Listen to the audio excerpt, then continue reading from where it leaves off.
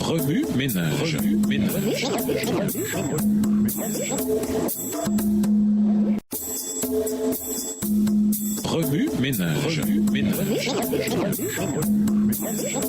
Bienvenue dans votre émission. Wami Ménage. Nous voilà à la leçon de mercredi. Invité, promesse pour les persécutés. Il est plus facile de se concentrer sur les persécutions passées et futures et d'oublier que le personnage central de la grande controverse n'est autre que le Fils de l'homme qui supervisera la chute de tous les royaumes terrestres. Nous nous sommes focalisés sur Daniel 7, qui est plus qu'une simple prophétie, c'est une promesse. Le point culminant de ce chapitre s'accomplira lorsque toutes les nations et toutes les langues s'uniront sous le règne du Christ. À ce moment-là, le Seigneur partagera la récompense de sa victoire avec son peuple. La royauté, la souveraineté et la grandeur de tous les royaumes terrestres seront attribués au peuple qui appartient au Dieu très haut. La royauté de ce peuple durera éternellement et toutes les puissances du monde lui obéiront et le serviront. Daniel 7, le verset 27. Quel don généreux et précieux! Quelles que soient les circonstances, quelles que soient les injustes et les cruautés, quelles que soient les injustices et les cruautés de la persécution, ceux qui se tiennent aux côtés de Jésus peuvent se réjouir de partager sa victoire. On retrouve des promesses encourageantes similaires partout dans le Nouveau Testament. Dans sa lettre aux Romains, Paul nous assure en utilisant des questions rhétoriques qu'il y a certaines choses que les persécuteurs ne pourront jamais prendre à leurs victimes. Si Dieu est pour nous, qui peut être contre nous? Qui peut nous séparer de l'amour du Christ? La détresse le peut-elle ou bien l'angoisse ou encore la persécution, la faim, les privations, le danger et la mort? Oui, j'ai la certitude que rien ne peut nous séparer de son amour. Ni la mort, ni la vie, ni les anges, ni d'autres autorités ou puissances célestes, ni le présent, ni l'avenir, ni les forces en haut, ni celles d'en bas, ni aucune autre chose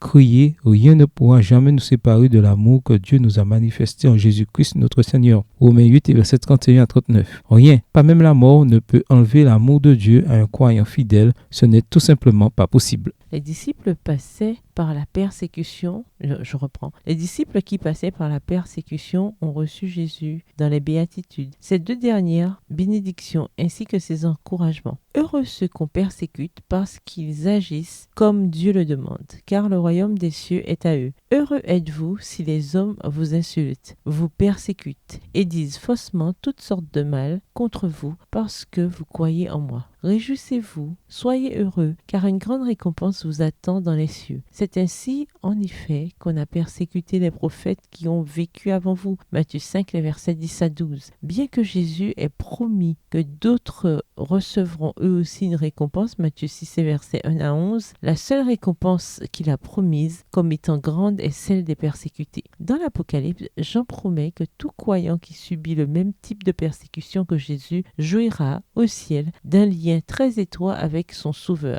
Au chapitre 7, les versets 13 à 17. Vivre très près de Jésus est la récompense ultime. Quel plus grand honneur pourrions-nous recevoir? Pour les gens du monde, il est naturel que la tribulation éteigne l'espérance, mais pour le chrétien, elle ne fait que la renforcer. Comme le dit Paul, bien plus nous nous réjouissons même dans nos détresses, car nous savons que la détresse produit la patience. La patience produit la résistance à l'épreuve et la résistance l'espérance. Romains 5, versets 3 et 4. Les oppresseurs peuvent prendre les biens et la vie. La parole de Dieu, elle promet qu'ils ne pourront jamais prendre l'amour, la joie ou l'espérance. L'ennemi ne peut en aucun cas diminuer notre récompense au ciel. Remue ménage. Méditez de nouveau Daniel 7. Où voyez-vous Jésus dans ce passage? Quelles sont les autres promesses bibliques qui peuvent nous donner de l'espérance quand la persécution se produit? Que vous dit Jésus par ce passage? En quoi voyez-vous Jésus différemment ou le voyez-vous de nouveau? Comment réagissez-vous en voyant Jésus de cette manière? Au revoir. Et à demain si Dieu veut.